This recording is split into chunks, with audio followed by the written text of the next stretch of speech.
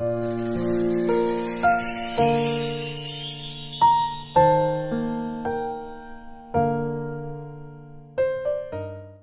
राम दोस्तों, आज हम जानेंगे रिच डैड और पुअर डैड किताब के बारे में। तो चलिए शुरू करते हैं। इस किताब के लेखक मिस्टर रॉबर्ट कियोसाकी कहते हैं कि उनके दो पिता हैं, एक अमीर हैं जिन्हें वो रिच डैड कहते हैं और दूसरे गरीब हैं जिन्हें वो पुअर डैड कहते हैं। इस किताब में उन्होंने अपने दोनों पिता के विचारों से जो सीख ली है उसी के बारे में है, जैसे कि अमीर कैसे बना जाए, अमीर बनने के लिए क्या क्या करना पड़ेगा, लोग पैसा कमाने के बारे में कैसे सोचते हैं, पैसा कमाने की शुरुआत कैसे की जाए आदि। ये किताब लोगों के अंदर आर्थिक जागरूकता पैदा करेगी। लेखक के पिता बहुत ही पढ़े लिखे थे, उन्होंने पीएचडी भी करी थी और उनके दूसरे पिता ने अपनी स्कूल की पढ़ाई भी पूरी नहीं करी थी। दोनों ही अपने अपने करियर में सफल थे, एक पैसों की समस्या से जूझ रहे थे और दूसरे उनके शहर के सबसे अमीर व्यक्तियों में से एक थे। जब वे पैसे के बारे में बात करते थे तो दोनों के नजरिए भी अलग अलग थे। एक का मानना था कि पैसों के प्रति प्यार ही सभी प्रकार की समस्याओं की जड़ है और दूसरे का मानना था कि पैसों की कमी ही सभी समस्याओं की जड़ है। अब लेखक के बचपन में उनके सामने सबसे बड़ी दुविधा ये थी कि वह किसकी सुने, अपने रिच डैड की या पुअर डैड की, क्योंकि पैसों के बारे में दोनों के नजरिए पूरी तरह से अलग थे।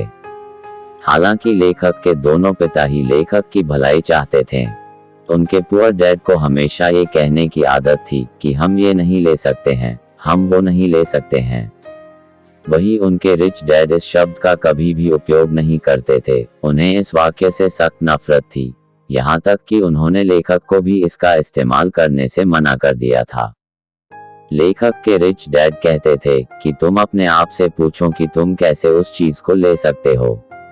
उनका मानना था कि जब तुम कहते हो कि तुम ये चीज नहीं ले सकते हो तो तुम्हारा दिमाग काम करना बंद कर देता है, और उसके विपरीत जब तुम अपने आप से ये सवाल पूछते हो कि तुम उस चीज को कैसे ले सकते हो तो तुम्हारा दिमाग अपने आप काम पर लग जाता है। उनका ये कहना बिल्कुल नहीं था कि आप सब कुछ खरीदते चलो, उनका ये कहना था कि अपने दिमाग को हमेशा एक्टिव रखो, उसे काम पर लगाओ, जिससे तुम्हारे ब्रेन की एक्सरसाइज होगी और वह दिन ब दिन मजबूत बनता चला जाएगा। उनके पुअर डैड कहते थे कि कभी रिस्क मत लो और रिच डैड कहते थे कि रिस्क को मैनेज करना सीखो। उनके पुअर डैड कहते थे कि बहुत पढ़ाई करो और कॉलेज डिग्री लो और एक अच्छी सुरक्षित नौकरी ले लो। वही रिच डैड कहते थे कि पढ़ाई करो और पैसा कैसे काम करता है वह सीखो, पैसों के लिए काम मत करो बल्कि पैसों को तुम्हारे लिए काम पर लगाओ। 9 साल की उम्र में रॉबर्ट यानी कि लेखक ने डिसाइड किया कि वो अपने रिच डैड की सुनेंगे और उनसे पैसों के बारे में सीखेंगे और पैसों के मामले में वो अपने पढ़े लिखे पुअर डैड को फॉलो नहीं करेंगे। रियल में उनके पुअर डैड उनके सगे पिता थे जो बहुत पढ़े लिखे थे और टीचर की नौकरी करते थे, लेकिन वह पैसों के मामले में गरीब थे। वही लेखक जिसे अपना रिच डैड कहते हैं वो उनके दोस्त माइक के पिता थे, जिनके पास रॉबर्ट और उनका दोस्त माइक पैसे कैसे कमाते हैं वो सीखने के लिए जाते थे। रॉबर्ट के इस रिच डैड ने अपनी स्कूलिंग भी पूरी नहीं की थी, फिर भी वह शहर के सबसे अमीर लोगों में से एक थे और बाद में जाकर अमेरिका के सबसे अमीर व्यक्तियों में से एक बने। रॉबर्ट और माइक के कहने पर उनके रिच डैड उन्हें पैसे कैसे कमाते हैं सिखाने के लिए तैयार हो गए। उनके अमीर पिता ने उन्हें पैसों के बारे में कुछ बहुत ही महत्वपूर्ण बातें बताई, जिनके बारे में हम आगे बात करेंगे। अमीर पिता ने उन्हें कहा कि आप कितना पैसा कमाते हो यह महत्वपूर्ण नहीं है, महत्वपूर्ण यह है कि कितना पैसा आप बचाते हो। बहुत सारे लोगों को यह नियम पता नहीं है, इसीलिए हम देखते हैं कि लाखों रुपए की लॉटरी जीतने वाला गरीब या मध्यम वर्गीय आदमी अचानक से अमीर तो बन जाता है, परंतु कुछ ही सालों में अपनी पुरानी हालत पर आ जाता है, क्योंकि उन्होंने पैसे बचाए नहीं, सिर्फ खर्च किया। हम ये भी देखते हैं कि कोई खिलाड़ी जो 25-30 साल की उम्र में करोड़ों रुपए कमा रहा था, पर उसके 10-15 साल बाद उसके पास कुछ नहीं बचा है। वह बेघर हो गया है और उसे अपना खर्च चलाने के लिए बसों को साफ करना पड़ रहा है। लंबे समय में आप कितना पैसा कमाते हैं वो मैटर नहीं करता है, आप कितना पैसे बचाते हैं वो मैटर करता है। आइए इसे थोड़ा और डिटेल में देखते हैं। सबसे पहले आपको एसेट संपत्ति और लायबिलिटीज देनदारी क्या होता है उसे समझना होगा और उनके बीच का अंतर भी समझना होगा। रिच डैड ने उन्हें साधारण भाषा में समझाया कि एसेट आपकी जेब में पैसे डालते हैं, वही लायबिलिटीज आपकी जेब से पैसे निकालती हैं। यदि आपको अमीर बनना है तो आपको एसेट खरीदने होंगे और यदि आपको गरीब और मध्यम वर्गीय बनना है तो आपको लायबिलिटीज खरीदने होंगे। कोई भी अमीर आदमी पढ़ा लिखा हो या ना हो लेकिन वह आर्थिक रूप से पढ़ा लिखा जरूर होता है, यानी पैसा कैसे काम करता है यह उसे जरूर पता होता है। पैसा कैसे काम करता है ये किसी भी स्कूल और कॉलेज में भी नहीं सिखाया जाता है। हर आदमी का एक आय विवरण, बैलेंस शीट और कैश फ्लो होता है। आय विवरण में दो भाग होते हैं, एक इनकम कमाई और दूसरा एक्सपेंसेस खर्चा। यह आपको बताता है कि आपने कितने पैसे कमाए हैं और कितने खर्च किए हैं तथा सब खर्च निकालने के बाद आपके पास कुल कितना पैसा बचा है, कुछ बचा भी है या नहीं। बैलेंस शीट में भी दो भाग होते हैं, एक एसेट संपत्ति और दूसरी लायबिलिटीज देनदारी। आपके एसेट आपके लिए पैसा बनाते हैं, ये आपको पैसा कमा कर देते हैं, जैसे जमीन, शेयर मार्केट और बॉन्ड्स में लगाया गया पैसा।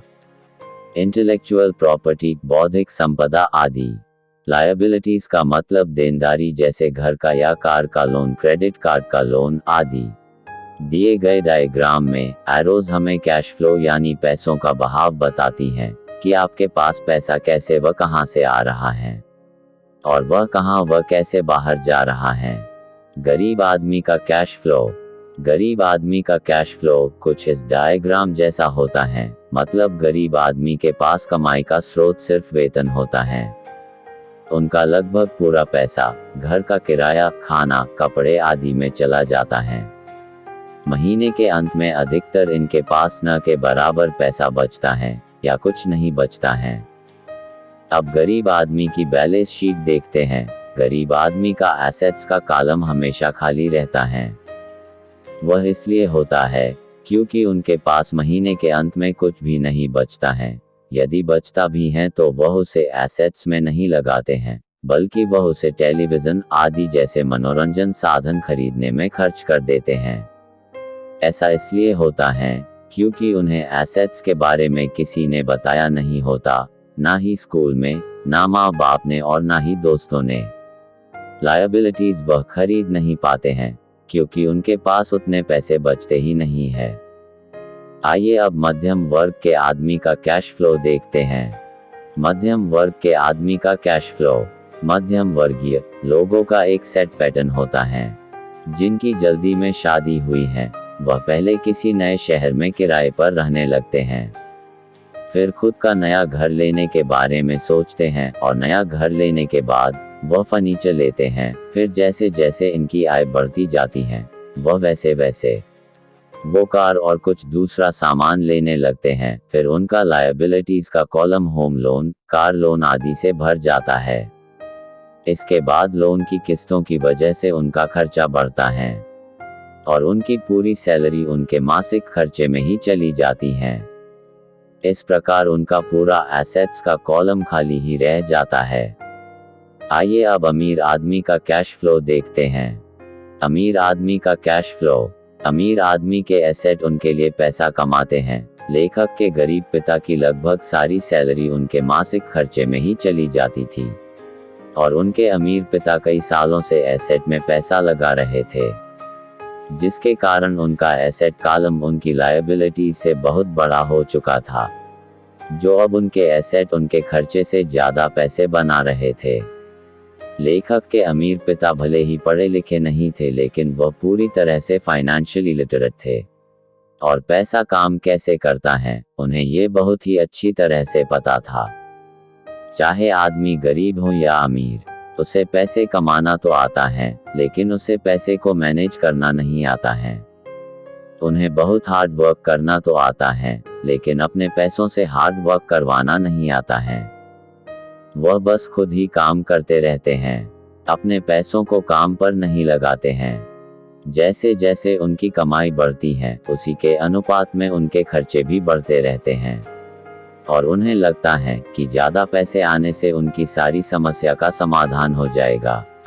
इसलिए वो लगातार अपनी सैलरी बढ़ाने के लिए मेहनत करते रहते हैं, चाहे उनका वेतन कितना भी बढ़ जाए, लेकिन उनकी आर्थिक समस्या कभी खत्म नहीं होती है। वह ये कभी नहीं समझते हैं कि उनकी असली समस्या ये है कि उनके पास जो पैसा है उससे वह खर्च कैसे कर रहे हैं, उसका उपयोग कैसे कर रहे हैं, और यह समस्या फाइनेंशियल इलिटरेसी की वजह से है।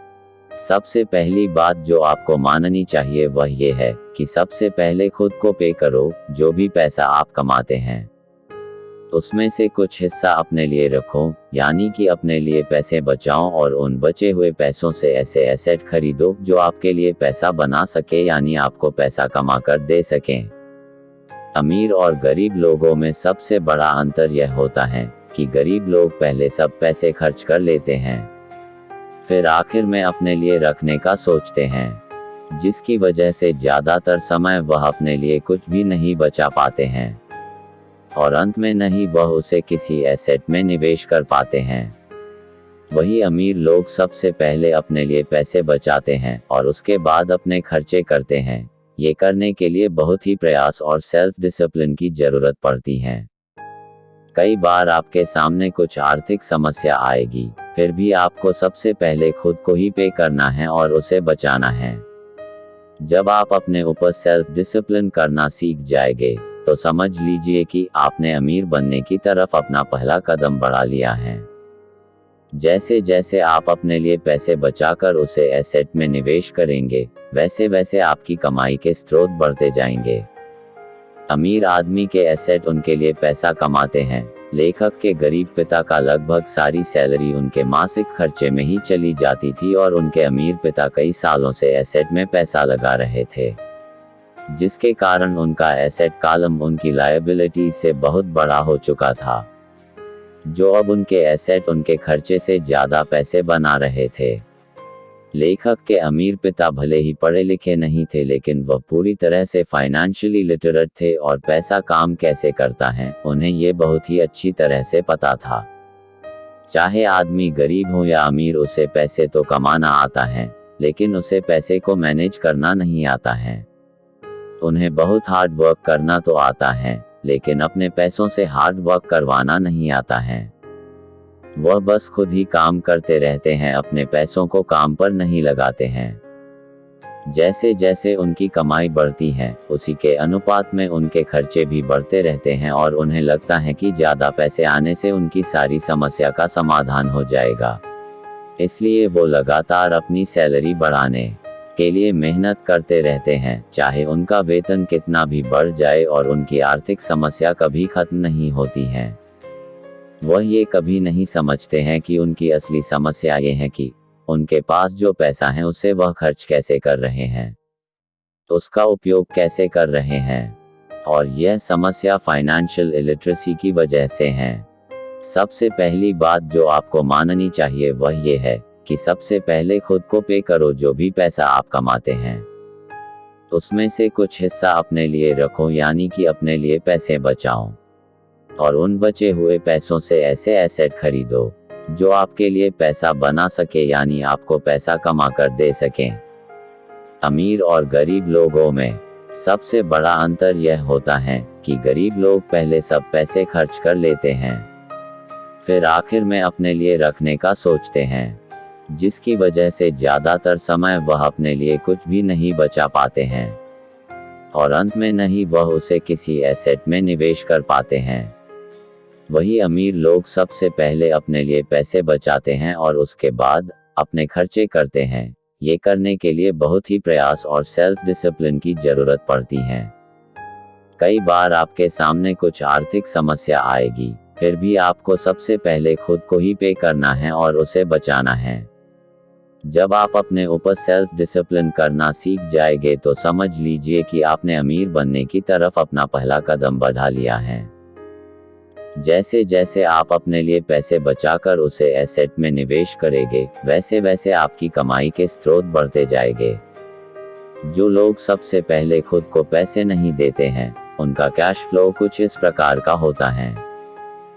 आप ऊपर बहुत ही आराम से दोनों कैश फ्लो के बीच का अंतर देख सकते हैं। खुद को पहले पे करने वाले आदमी के एसेट का कॉलम कभी बढ़ चुका है, जिससे वह अपने अन्य खर्चे देखता है और उसमें जो बचता है उसे वह फिर से एसेट में ही निवेश करता है, ताकि उसे अपने वेतन पर ही पूरी तरह से निर्भर न रहना पड़े। वहीं पर पहले खर्च करने वाले आदमी की सारी सैलरी उसके खर्च में ही निकल जाती हैं और उसके पास न के बराबर पैसे बचते हैं या नहीं बचते हैं, जिससे वह अपने एसेट कॉलम को नहीं भर पाता है। यहाँ सबसे महत्वपूर्ण बात यह निकल कर आती है कि अमीर लोग सबसे पहले एसेट वाले कॉलम पर फोकस करते हैं और गरीब लोग इनकम स्टेटमेंट पर फोकस करते हैं। अमीर लोग अपना पैसा को बिजनेस, शेयर, सरकारी बॉन्ड और रियल एस्टेट में निवेश करते हैं। वह कई और जगह भी पैसा लगाते हैं जहां से उन्हें एक रेगुलर इनकम मिलती रहे। उनका यह निवेश उनके लिए एसेट हैं जो उनके लिए पैसा कमाते हैं। जो एसेट आपको पसंद है, आपको उनमें निवेश करना चाहिए। आपको ये पता करना चाहिए कि कौन कौन से एसेट की श्रेणियां आपको अच्छी लगती हैं। उसके बारे में बहुत ही गहराई में जाकर अध्ययन करना चाहिए, जानकारी लेनी चाहिए, जैसे वह आगे आने वाले समय में किस प्रकार का आपको मुनाफा दिलाएगी, उस एसेट से कोई अन्य स्रोत भी बन पाएगा या नहीं। लेखक को बिल्डिंग और जमीनें बहुत पसंद हैं, इसके अलावा उन्हें इसकी गहरी समझ भी है, इसलिए वो इसमें ज़्यादा से ज़्यादा निवेश करते हैं। उन्हें छोटी कंपनियों में भी काफ़ी जांच परख करके निवेश करना पसंद है। यहाँ पर एक और महत्वपूर्ण बात यह है कि अमीर लोग महंगे बंगले, आभूषण, बड़ी गाड़ी आदि लग्जरी की चीज़ें आखिर में खरीदते हैं। सबसे पहले वो एसेट्स खरीदते हैं जहां से उन्हें कमाई होती है, और इसी जगह पर गरीब और मध्यम वर्ग के लोग लग्जरी चीजें पहले खरीदते हैं। अमीर लोग सबसे पहले अपना एसेट का कॉलम मजबूत करते हैं, फिर उस एसेट से मिलने वाली कमाई से वह अपने लिए लग्जरी का सामान खरीदते हैं। अगर उन्हें कोई महंगी चीज खरीदनी है तो वह पहले सोचते हैं किस तरह से अपने एसेट कॉलम को मजबूत किया जा सकता है, जिससे एसेट से मिलने वाली कमाई बढ़ेगी और उस कमाई से वह उस महंगी चीज को खरीदेंगे। वह लगातार अपने दिमाग का उपयोग करते हैं, उससे एक्सरसाइज करवाते हैं, जिससे उन्हें पैसे कमाने के नए नए विचार मिलते रहते हैं। इस तरह वह लग्जरी का सामान खरीदने से पहले वह अपनी कमाई तथा उसके स्रोत बढ़ाने के बारे में पहले सोचते हैं। वहीं पर अन्य लोगों का एक ही कमाई का स्रोत होता है, वह है नौकरी, और जब वह कोई लग्जरी का सामान खरीदते हैं तो उनका पूरी आर्थिक स्थिति बिगड़ जाती है। जिन गरीब या मध्यम वर्गीय लोगों की लॉटरी लगती है, वह भी अपनी एसेट पर निवेश करने के बजाय खर्च बढ़ाते जाते हैं। इस तरह कुछ साल के बाद फिर से अपनी पुरानी आर्थिक स्थिति पर आ जाते हैं। यहाँ पर इनकम समस्या नहीं है, समस्या ये है कि उसका प्रबंधन यानी मैनेजमेंट, यानी कि आप किस तरह आप उन पैसों का उपयोग कर रहे हैं। अमीर लोग और अमीर बनते जा रहे हैं, गरीब लोग और गरीब बनते जा रहे हैं, और मध्यम वर्गीय लोग संघर्ष कर रहे हैं, क्योंकि पैसों के बारे में हमारे यहाँ स्कूल, कॉलेज और घरों में नहीं सिखाया जाता है। हमारे स्कूल और कॉलेज में हमें सिर्फ प्रोफेशनल स्किल के बारे में सिखाया जाता है, हमें फाइनेंशियल स्किल के बारे में नहीं सिखाया जाता है। इसलिए आज डॉक्टर्स, इंजीनियर्स, मैनेजर्स और पायलट्स आदि जिन्होंने अपने स्कूल और कॉलेज में अच्छे मार्क्स लाए थे, वो आज अच्छी सैलरी होने के बाद भी फाइनेंशियली स्ट्रगल कर रहे हैं। आपके पास हमेशा आय के कई स्रोत होने चाहिए। अधिकतर लोगों का एक ही कमाई का माध्यम होता है, जो कि उनकी सैलरी है। वह कहते हैं कि वह बहुत सुरक्षित जीना चाहते हैं, इसलिए वह अपनी सैलरी पर ही निर्भर रहते हैं। पर वह ये नहीं समझ पाते हैं कि एक ही कमाई के स्रोत पर निर्भर रहना कितना बड़ा जोखिम है। इनकम सोर्स 3 प्रकार का होता है। ऑर्डिनरी मतलब आपकी सैलरी, पैसिव मतलब रियल एस्टेट आदि से कमाया गया पैसा, यानी जहां से आपके न रहने और न ध्यान देने पर पैसा आए। पोर्टफोलियो मतलब शेयर बाजार और सरकारी बॉन्ड से कमाया गया पैसा। आज के समय में दुनिया के सबसे अमीर आदमी अमेज़न के संस्थापक श्री जेफ बेजोस और दुनिया के सबसे महान निवेशक Shri Warren Buffett portfolio income की वजह से अमीर बने हैं। लेखक के रिच डैड हमेशा कहते थे कि तुम्हें अपने ऑर्डिनरी इनकम सोर्स को जल्द से जल्द पैसिव इनकम या पोर्टफोलियो इनकम में बदलना चाहिए, यानी अपना पूरा ध्यान एसेट का कॉलम बढ़ाने पर देना चाहिए। लेखक के रिच डैड हमेशा कहते थे कि तुम्हें अपने ऑर्डिनरी इनकम सोर्स को जल्द से जल्द पैसिव इनकम या पोर्टफोलियो इनकम में बदलना चाहिए, यानी अपना पूरा ध्यान एसेट का कॉलम बढ़ाने पर देना चाहिए। अगर आपके पास अच्छे अवसर अपॉर्चुनिटीज आ रहे हैं लेकिन आपके पास पैसा ही नहीं है, या अवसर आपके सामने हैं लेकिन आपको दिख नहीं रहा है, तो उसका मतलब है कि आपके पास फाइनेंशियल इंटेलिजेंस नहीं है। दिमाग हमारा सबसे पावरफुल एसेट है। अगर उसे हम अच्छे से ट्रेन करते हैं तो आपको कई अच्छे अवसर ढूंढने में और अच्छे अवसर उत्पन्न करने में मदद मिलेगी, जिससे आप बहुत अच्छी कमाई कर सकते हैं। Focus on learning not earning. आपको लर्निंग पर फोकस करना होगा, अपने दिमाग को फाइनेंशियली ट्रेन करना होगा। आपका माइंड फाइनेंशियली ट्रेंड होगा, तभी वह नए फाइनेंशियल अवसरों को देख पाएगा। कोई भी चीज सीखते हुए आपको अपना माइंड खुला रखना चाहिए। आज के समय में बहुत सारे लोग जब उनके सामने कोई नया विचार आता है तो उसे सही से नहीं सुनते हैं या अनसुना कर देते हैं। वहीं पर जो सही में बुद्धिमान होते हैं वह नए विचारों का खुले मन से स्वागत करते हैं, उसे तुरंत नोट कर लेते हैं। वह बोलने से ज्यादा सुनने पर फोकस करते हैं। आज के समय में जो अलग अलग एसेट्स हैं, जैसे कि जमीन, शेयर बाजार, सरकारी बॉन्ड, नए बिजनेस आदि, आपको किसी में भी निवेश करने से पहले अपना दिमाग खुला रखकर उसका स्टडी करना होगा। जो लोग लर्न की जगह अर्न पर फोकस करते हैं वह पैसा तो कमाते हैं लेकिन उसे अच्छे से मैनेज नहीं कर पाते हैं, फिर आगे चलकर किसी न किसी फाइनेंशियल समस्या में फंसते रहते हैं। फाइनेंशियल नॉलेज न होने की वजह से लोग अपने आसपास चल रही जल्दी से अमीर बनने वाली किसी योजना में किसी के कहने पर पैसा लगा देते हैं, फिर उसके बाद वह कंपनी उनका पैसा लेकर भाग जाती है। इसीलिए लेखक के रिच डैड ने उनसे कहा कि पहले लर्निंग पर ध्यान देना चाहिए, बाद में अर्निंग पर। फाइनेंशियल लर्निंग आजीवन चलने वाली प्रक्रिया है। जब भी तुमसे गलती होगी तो तुम उससे सीखो और अगले समय वह गलती न करो। गलतियों से बिल्कुल न डरो। जब कोई जीतने के लिए खेलता है तो उससे गलतियां होती हैं, लेकिन सबसे महत्वपूर्ण है कि उस गलती से सीखकर आगे अच्छा करना। रिच डैड ने लेखक को रिस्क मैनेजमेंट, जोखिम प्रबंधन सीखने को कहा। इस संदर्भ में मिस्टर वॉरेन बफेट ने कहा है कि risk comes from not knowing what you are doing. आप क्या कर रहे हैं, यदि आपको वह पता नहीं है तो वह जोखिम है। यदि आप गाड़ी चला रहे हैं और आपको गाड़ी चलाना ही नहीं आता है तो वह रिस्क है। इसको कम करने के लिए पहले आपको गाड़ी चलाना सीखना पड़ेगा। इसी तरह फाइनेंशियल रिस्क को भी फाइनेंशियल ज्ञान और स्किल डेवलप करके कम किया जाता है।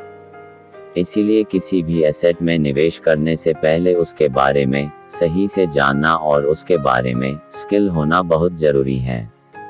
लेखक ने अपने फाइनेंशियल ज्ञान और स्किल का उपयोग करके कैसे पैसे बनाए। 1989 में रॉबर्ट अमेरिका में जहां रहते थे उसके पास के एक स्थान से गुजर रहे थे। वहां उन्होंने देखा कि वहां के अधिकतर घरों पर सेल के बोर्ड लगे हैं। उस समय अमेरिका में मंदी आ गई थी, शेयर बाजार टूट चुका था तथा वहां की रियल एस्टेट का बाजार भी बहुत ही खराब हालत में था। उन्होंने देखा कि वहां पर एक घर के नोटिस बोर्ड पर बहुत दिनों से सेल का बोर्ड लगा हुआ था। तब वह उस घर के मालिक से मिले। उन्होंने उसके मालिक से पूछा कि यह घर कितने में बेच रहे हो। उसने कहा कि मैंने बहुत दिनों से इस घर को बेचने के लिए बोर्ड लगाया है, लेकिन कोई भी यह घर देखने के लिए और दाम पूछने के लिए नहीं आया, तो आप ही घर देख लो और मुझे इसका दाम बताओ। रॉबर्ट को वह घर बहुत पसंद आया और उन्होंने वह घर $20,000 में खरीद लिया। फिर उसके बाद उन्होंने उस घर में किराएदार रखे। 1-2 साल बाद जब उस स्थान पर रियल एस्टेट का मार्केट बढ़ने लगा तो लोग उस स्थान पर घर खरीदने लगे। उस समय उन्होंने $20,000 में खरीदा घर $95,000 में बेच दिया। यहाँ ध्यान देने वाली बात है कि उन्होंने सिर्फ उस घर के दाम में ही मुनाफा नहीं कमाया, बल्कि उसमें किराएदार रखकर भी उससे पैसा बनाया। उसके 1 महीने बाद फिर उन्हें एक अच्छा फ्लैट मिला, जिसका मालिक जर्मनी का था। उन्हें उस एरिया के रियल एस्टेट मार्केट के बारे में ज्यादा जानकारी नहीं थी। वह बस उस फ्लैट को जल्द से जल्द बेचकर जर्मनी जाना चाहते थे। अब लेखक उसके साथ मोलभाव करके वह फ्लैट भी खरीद लिया और 2 साल बाद लगभग 1.5 गुना दाम पर उसे बेच दिया।